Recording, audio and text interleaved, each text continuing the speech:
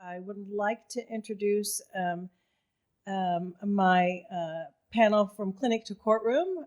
These friends of mine are all physicians and a psychologist. And would you please come forward? Matt Jimenez, he's an orthopedic surgeon. Dathan Paterno, he's a psychologist.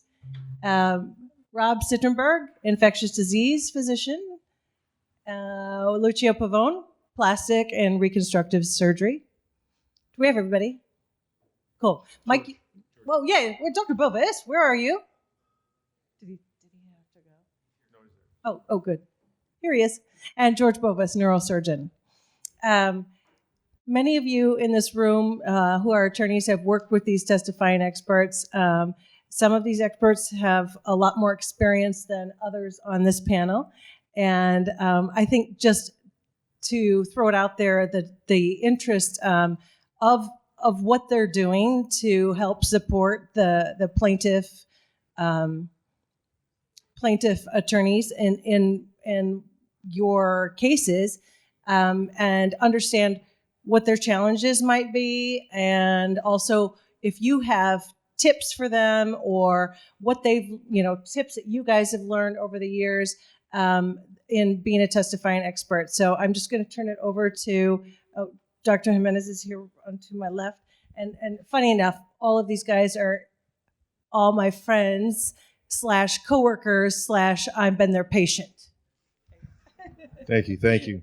My name is Matt Jimenez. I'm an orthopedic surgeon with Illinois Bone and Joint Institute. I'm a director of orthopedic trauma at Lutheran General Hospital, which is a busy level 1 trauma center in Chicagoland, and I've been in that position for about 25 years now. So, and at the first 10 years of that, I was doing the lion's share of all the orthopedic trauma. I share it a bit now. So basically lived in that hospital. As you might imagine, as an orthopedic traumatologist, we share a lot of commonality, our patients. Many of them are involved in any kind of litigation, primarily personal injury, but a bit of work comp as well. And I just sort of think, what's my role here? Do I bring any value? I think I bring value to the patient for sure as a clinician. But what value do I bring to this room? And I think it's primarily almost the same value I bring to the patient. I can't really separate it out. In other words, if I'm a good teacher to my patient and a good teacher we have residents. I'm also director of the site director for the UIC residency training program. So I teach medical students and residents all day long. And so I think my job in the courtroom or in a DEP is just to teach what I know and do it in a way that that we're empathetic, not sympathetic. Sympathy is I feel sorry for you and no one wants that, but empathy is I walk in your shoes. And if I can come across as someone who just wants to teach and fairly neutral, I can't be seen as defense or plaintiff.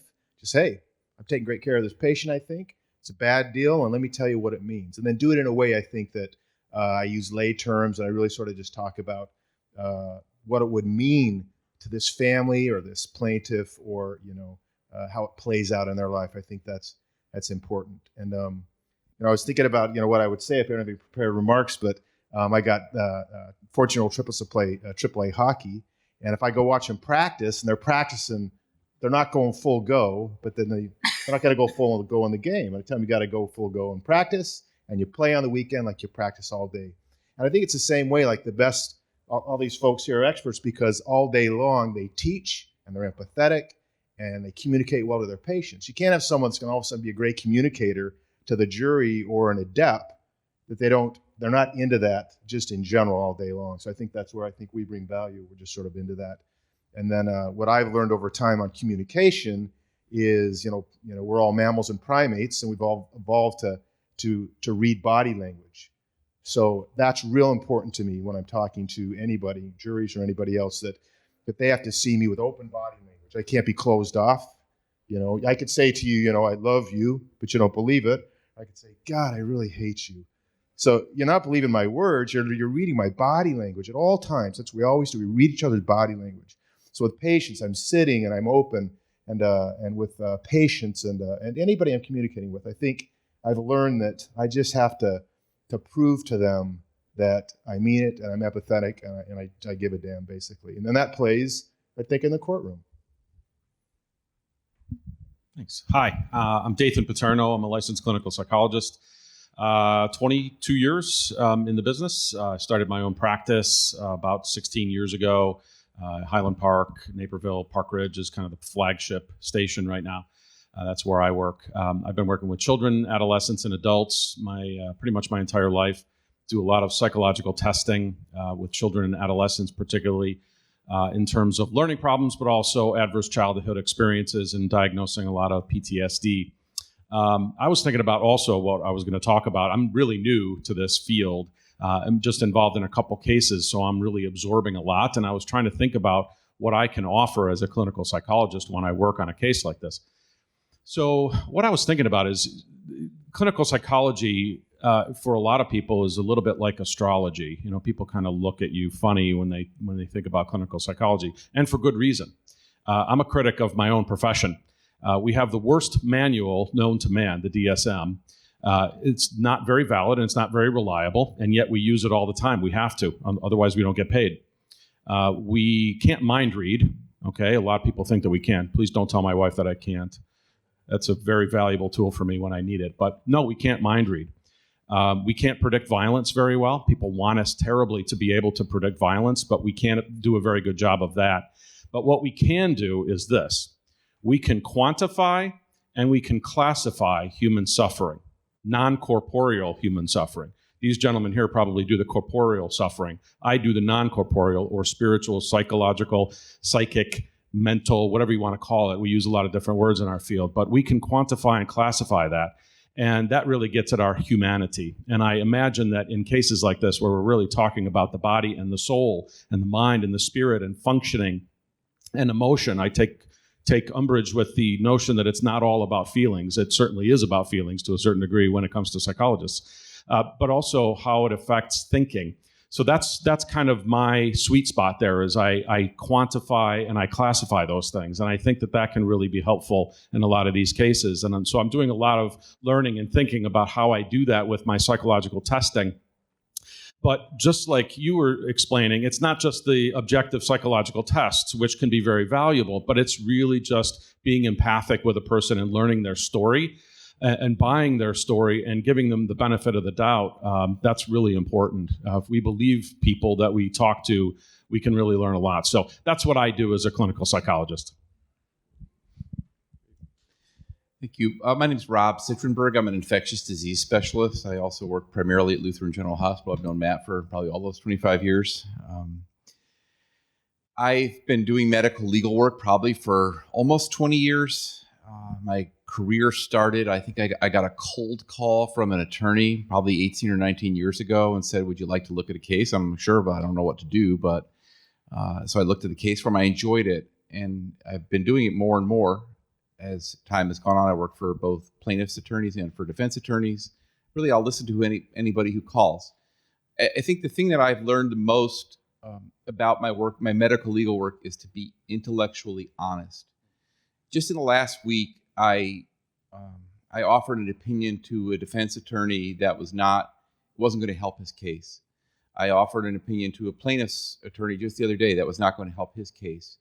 And so I think it's very important to be honest. And most attorneys, pretty much every attorney I've worked with, wants that and appreciates the honesty. They want an honest opinion. I think the worst situation you can be in with an expert is when an expert is giving an opinion they don't really believe in, because that comes across at trial when you're giving essentially a paid opinion. And so I think I tell people, I've got some colleagues who now do medical legal work. It's the first thing I tell them, be honest. And if your opinion can't help that attorney, just wait for the next case where your opinion can help the attorney. I really enjoy the work. I've been in clinical practice for 25 years and truthfully getting a little bit stale with the intellectual challenge. I love the intellectual challenge, matching wits. I think Matt made a really excellent point that we are first doctors and teachers. And I learned a long time ago when I first started going into court, first thing I do when an attorney is asking me questions, I am facing the jury and talking to the jury. And I'm not lecturing them, I'm educating them. And I talk to them as if I would talk to my own patient or their family member if we're sitting in the same room. And I think that's been a very effective strategy. It improves credibility and likability as well of an expert.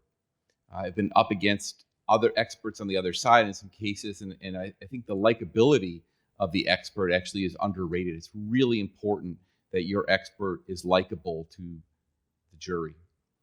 The other thing I will just add is that doing medical legal work for all these years, it's made me actually a better doctor. I document much better than I would have had I not learned from these cases. Years ago, I was involved in a case where there was a dispute over what a wound looked like in an office visit. It was the patient versus the doctor's opinion, but there were no photographs. And I thought about that. And I said, you know what?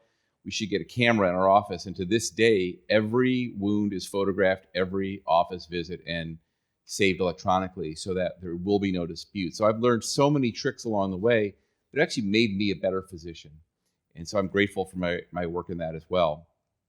My work in medical legal work has increased a lot over the years. And I don't know, there's probably only a handful of people in Chicago who do infectious disease expert work. So I've worked a lot. I also work a lot nationally too. Just last year, I flew to Denver to testify in a trial, and apparently the case was settled while I was in the air.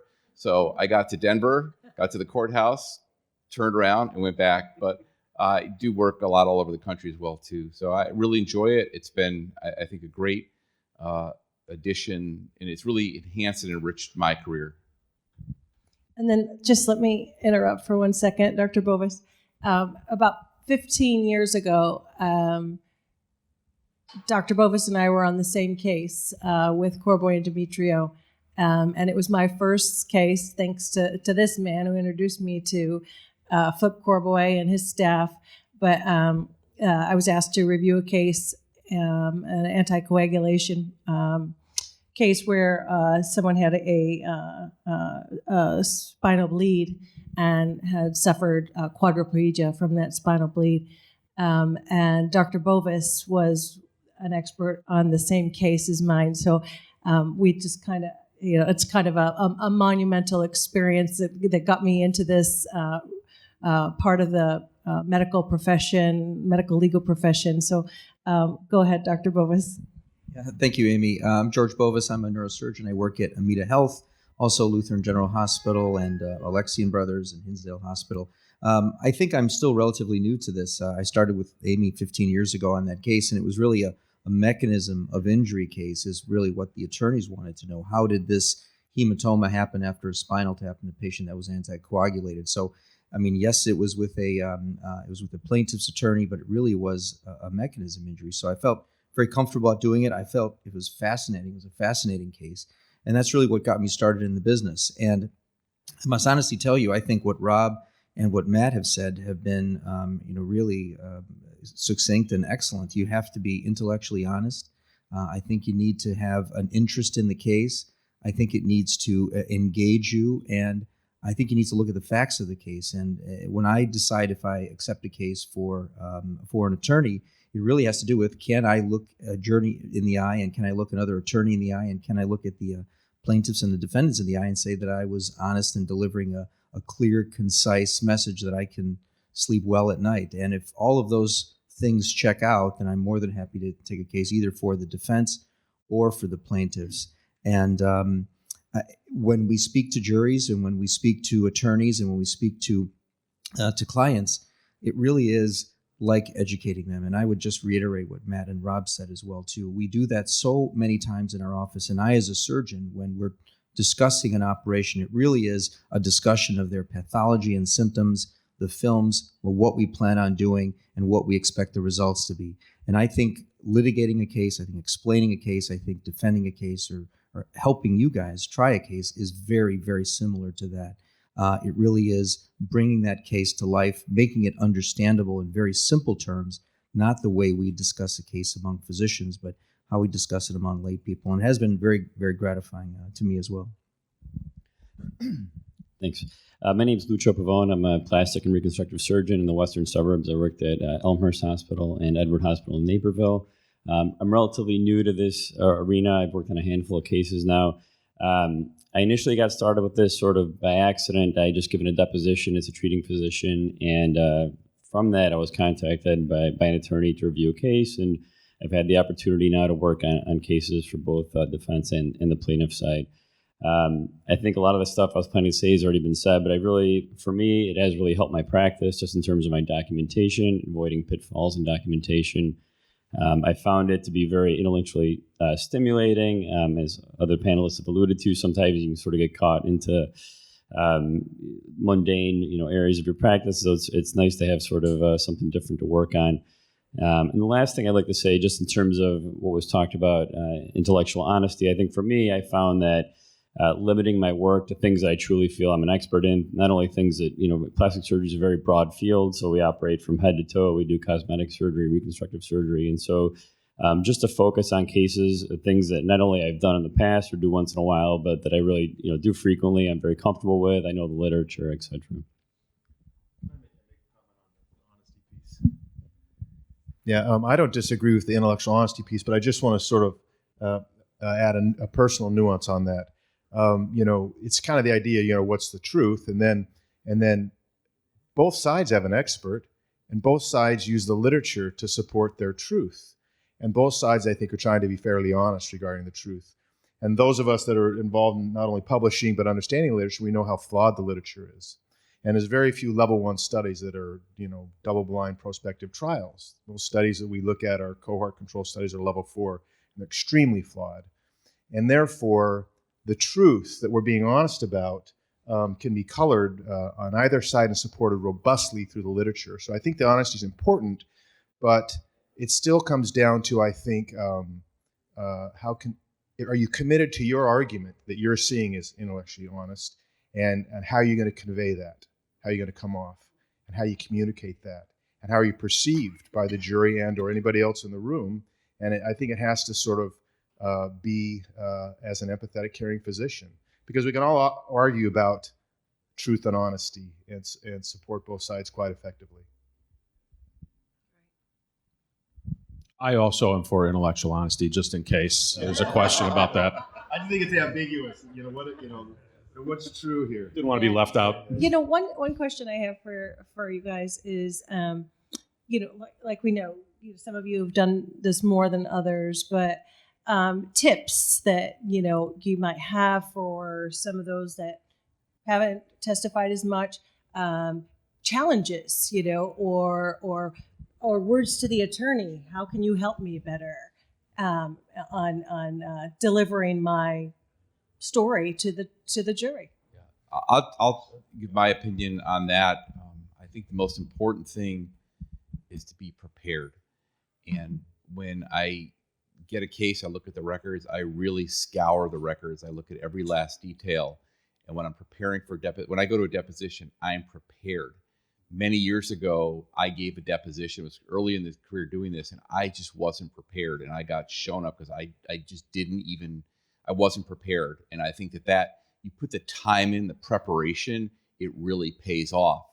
And in many times if I'm being deposed, my preparation will offset any arguments that the counsel who's taking my deposition will have. So I think that's my advice, is to just really take it seriously. I'm being paid and paid well for my time, and I feel like I should earn it. And they're paying me money for my time, and I'd like to make sure that they get a good value out of it. Yeah, and if I could add to the prepared part of for me, that is not only knowing the record well, but getting with the attorney and getting everyone on the same page. I want to know how the attorney is going to approach me in a deposition, discovery, or evidence dep, particularly in front of the jury, because there are questions where I want an open-ended question that I can go all day on and really sort of do well with. And there are times where I want a closed-ended question, and I'll find that maybe the attorney hasn't looked at the medical piece in a way that is being effective. So they're asking questions that are closed-ended questions I think could be open-ended. And so we have to negotiate that. I think the more time we spend together negotiating how are we going to approach this, what kind of questions do I do well with, and what kind of questions you comfortable with, and them telling me, look, just leave this piece alone. This isn't going to be allowed into evidence. We've already decided that. We need to know that all up front so that I don't foul stuff up, or so I don't get a little irritated, in the middle of the process. And that shows, my body language. Am I showing some irritation with a question that my side asked me because they promised not to, that was supposed to be an open-ended question. That was my time to talk about something. So we got to sort of just be in sync, and that's more the preparative part. We talk about this case a lot.